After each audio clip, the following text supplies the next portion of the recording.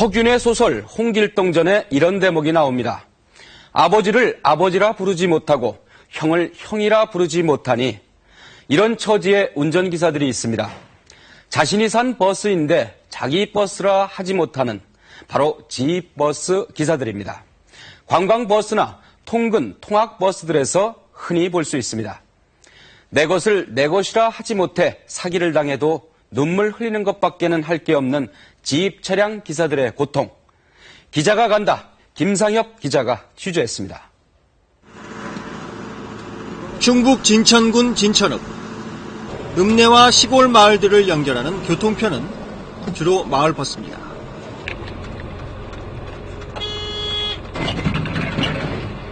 네, 어서오세요.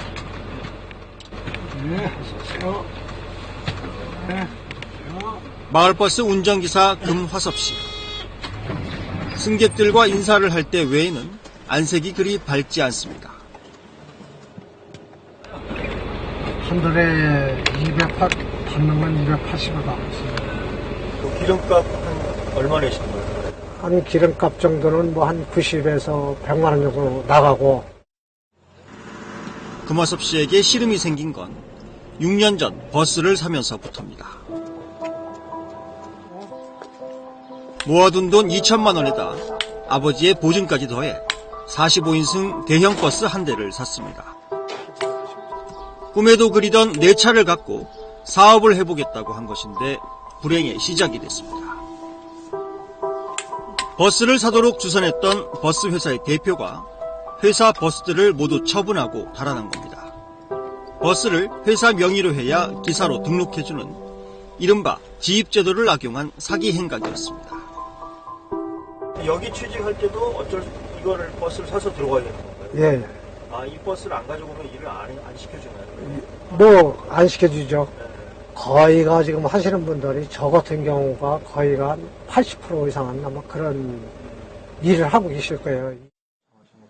어떠세요? 2억 원대의 버스를 살 때 연대 보증을 샀던 금 씨의 부모. 평생 읽어왔던 논밭이 모두 압류되고 경매로 넘어가자 충격으로 쓰러졌습니다. 어머니는 뇌졸중을 앓다 결국 세상을 떠났습니다. 전 재산을 날린 금 씨 아버지는 병원 신세를 지고 있습니다. 너무나 저기를 못해갖고, 참, 그래도 지금 아버님이 저기 어떻게 보면은 건강하게 이렇게 다 해야 되는데, 제가 지금 뭐를 더 이렇게 아버님한테 해주고 싶어도 물질적으로 모든 게 안 되고, 뒷받침이 안 되고, 이제. 저도 이제 병으로 떠보니까. 2억 원이 넘는 빚을 온 가족이 떠안으면서 금 씨의 아내도 졸지에 신용불량자가 됐고 이자라도 갚자며 아픈 몸을 이끌고 식당 일을 하고 있습니다. 당뇨에다가 신장 쪽도 안 좋고 혈압도 있고 그 아저씨 부도나면서 하혈이 심해갖고 죽는다 그랬었어요. 그 과정에서 그래도 먹고 살아야 하고 애들을 가르쳐야 되기 때문에 제가 나섰어요. 여적까지 저 아저씨가 벌어다 생활비를 준 적이 거의 없어요. 피해를 입는 건 버스기사 개인뿐만이 아닙니다. 버스기사들을 단체로 고용하겠다고 속여 버스를 담보로 대출을 받거나 버스를 빼돌리는 피해 건수도 전국에 걸쳐 수십여 건에 달하고 있습니다. 전남 영광의 한 버스회사. 전세 버스들이 하나둘 모여듭니다. 이 버스 기사들은 모두 관광버스 회사로부터 사기를 당한 지입차 기사들입니다. 악당업주 처벌하라! 처벌하라! 처벌하라! 처벌하라! 악당업주 한 처벌하라! 관광버스 회사에서 각기 자기 버스를 갖고 지입기사로 일하던 이들은 안정된 일자리를 주겠다며 다른 회사로 옮기라는 사장의 말을 그대로 믿었습니다. 하지만 기사들이 자신들의 버스를 다른 관광버스 회사 명의로 옮겨놓자 이 회사 대표는 버스 10대를 담보로 대출을 받아 돈을 챙긴 뒤 잠적해버렸습니다. 우리는 모르는 상태에서 대출을 받은 상태에서 이렇게 해야 되기 때문에 우리가 이 전 재산을 벌어가지고 우리 식구들, 딸린 식구들 다 먹여 살려야 하는데 지금 이 버스가 우리가 팔게 되면은 우리는 어디 나아가서 앉을 곳이 없습니다. 딱한 사정들. 그러면서도 사기를 당하기 쉬운 자신들의 처지가 너무도 억울하다는 게 지입버스 기사들의 한결같은 목소리입니다. 자기 차지만은 회사를 진입을 안 하게 되면은 운행을 못 합니다. 자가용을 운행할 때면 자가용을 운행하면 또 불법이기 때문에 운행을 못 하고, 그 다음에 어쩔 수 없이 울며 겨자 먹기로 해서 버스 회사를 들어갑니다. 그럼 버스 회사는 그것을 약점을 잡아, 우리를 이용하고 있습니다. 이런 피해는 이곳뿐만이 아닙니다. 전국 곳곳의 전세버스 회사에서 비슷한 수법으로 당한 수백 명의 버스 기사들이 지금도 고통받고 있습니다. 그러면 일부 전세버스 회사들의 탈법과 사기 행각은 한두 번도 아니고 왜 계속되고 있을까? 지입기사들만 모으면 쉽게 회사를 차릴 수 있는 제도적 허점 때문입니다. 업체 대표사들이 차량 늘리기에 지입료 받고 차량 늘리기에 현안이 되어 있고요.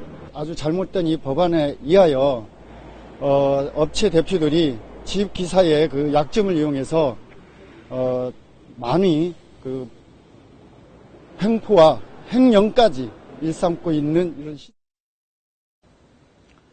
피해 사례를 보셨습니다만 전국의 전세버스에 대한 전수조사를 해봤더니 절반 가까이가 지입버스인 것으로 나타났습니다.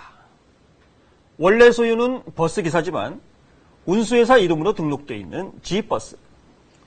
모두 불법입니다.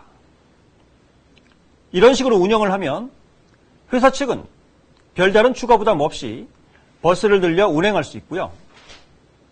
앞서 보신 것처럼 버스를 담보로 돈을 챙긴 뒤 고의로 부도를 내고 도망가는 등 악용 사례가 잇따르고 있습니다. 기사들이 자기 버스를 회사 명의로 둘 수밖에 없는 이유. 현행법상 전세버스 기사의 경우 개인 사업자로 인정받지 못하는 데다 일거리를 안정적으로 확보해야 할 현실적 필요성도 있기 때문입니다. 지입버스 문제는 올해 국정감사에서도 주요 이슈였습니다. 여야 모두 한 목소리로 지입제도의 문제점을 지적하고 부실한 전세버스 회사들로 인해 안전운행에 빨간불이 켜졌다며 정부를 질타했습니다. 각종 불법 사태로 피해자를 양산하는 이 현재의 전세버스 지입제도 그대로 둘 수가 없습니다. 이것을 이 불법 사태를 근절하는 유일한 방향은 이를 차라리 양성화해가지고 개별 사업권을 부여하는 것밖에 없다. 각각의 그 개인 차주들이 이렇게 헌소의 형태로 연합을 해서 회사를 만들어서 그 문제를 해결하는 이러한 방법들을 생각을 하고 있습니다. 전세버스 사고 같으면 자칫 대형 사고로 이어질 수 있지 않습니까?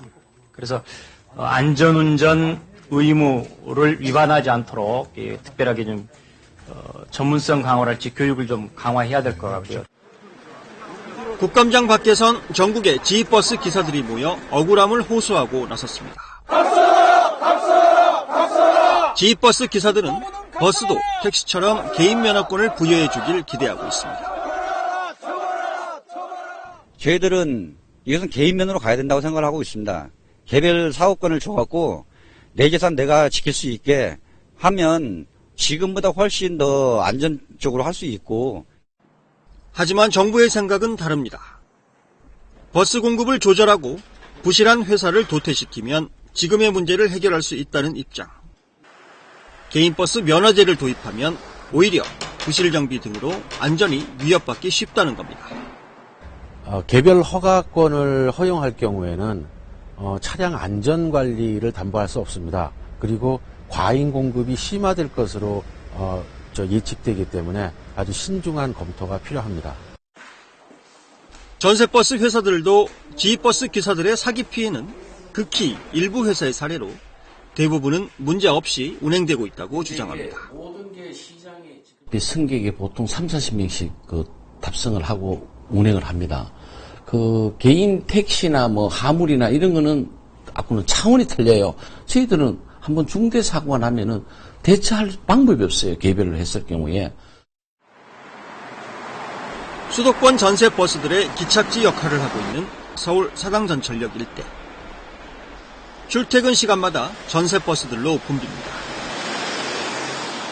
10년째 전세 버스를 운전하고 있는 윤봉준 씨도 매일 아침 이곳으로 출근해 승객들을 싣고 서울과 부천을 오갑니다.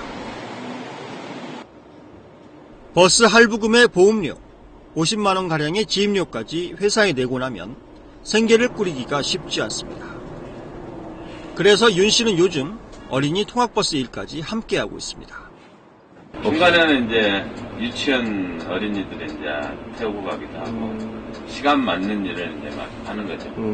아침부터 저녁까지 계속 운전하시겠네요, 거의. 그렇죠. 거의 계속 운전한다고 봐야죠. 하루 종일 운전하시면 피곤하지 않으세요? 피곤하죠. 어떻게 피곤 안 할 수 있어요. 전세버스 기사들이 피곤을 무릅쓰고 무리한 운행을 할 수밖에 없는 상황. 버스 타고 가다 보면 과속이라든지 이 운행 끝내고 다른 운행도 빨리 잡아서 해야 돼서 무리가 많이 가는 것 같아요. 그로 인해 사고 같은 것도 발생될 수 있고요. 전세버스 사고는 지난해만 해도 1,100여 건을 넘고 사망자는 44명에 달했습니다. 교통사고 100건당 사상자 수를 비교해보면 전세버스가 가장 높고 6명 이상의 중상자가 발생한 대형 교통사고를 분석해봐도 전세버스가 전체의 절반을 차지할 정도입니다. 전세버스가 보편화되어 있는 상당수 선진국의 경우 기사들 개인에게 책임감을 주기 위해 개인 면허를 원칙적으로 인정해주면서 안전운행 여부에 대해선 국가가 철저히 개입하는 방식으로 운영됩니다. 이 대중교통처럼 이용이 되는 거잖아요. 그럼 진짜 통근, 통학이 그런 공공성이 높기 때문에 그런 측면에서 정부가 특히 안전 측면에서 개입을 할 필요가 있다. 지난 1993년 면허제에서 등록제로 완화된 이후 전국의 전세버스는 7천여 대에서 4만 대로 급격히 늘었습니다. 연수송 인원 2억 5천만 명, 전체 버스 가운데 수송 분담률 36%. 또 전세버스의 4분의 3이 통근 통학용으로 운행될 정도로 사실상 대중교통 역할을 맡고 있습니다. 자신 소유의 버스를 자기 것이라고 말하지 못하는 현실. 말을 하면 불법을 공표하는 것이나 다름없는 지버스 기사. 사기를 당해 버스를 빼앗겨 울고 무리한 운행을 하며 피곤해지는 그 속에서 승객들은 불안해할 수밖에 없는 지버스 문제다. 오늘도 우리 곁엔 이런 버스 4만 대가 도로를 달리고 있습니다.